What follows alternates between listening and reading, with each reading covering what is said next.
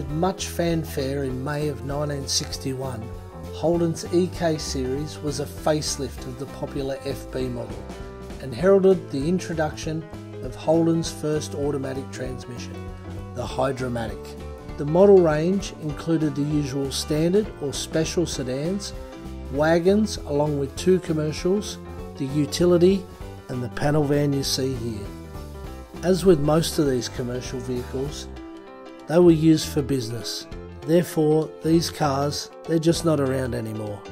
The days of going to the beach car park and seeing them parked with surfboards on the top, they're long gone, sadly.